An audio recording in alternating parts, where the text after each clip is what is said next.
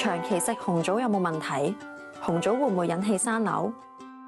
喺中醫角度咧，紅棗咧係屬於補氣血嘅中藥，佢又係食療又可以做藥。咁平時咧適合一啲咧貧血嘅人啊，或者係一啲氣血不足嘅人士可以食用嘅。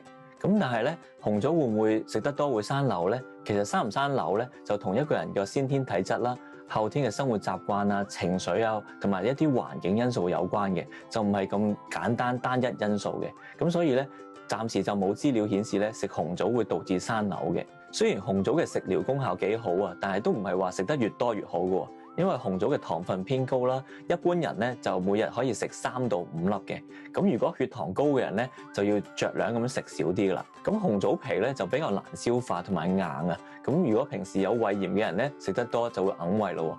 咁有個小貼士俾大家喎，就係咧可以用紅棗切片啦。咁我哋用一個100度嘅滾水浸佢哋咧，泡焗8至10分鐘咧，再飲用嘅話咧，就冇咁容易影響個胃嘅消化啦。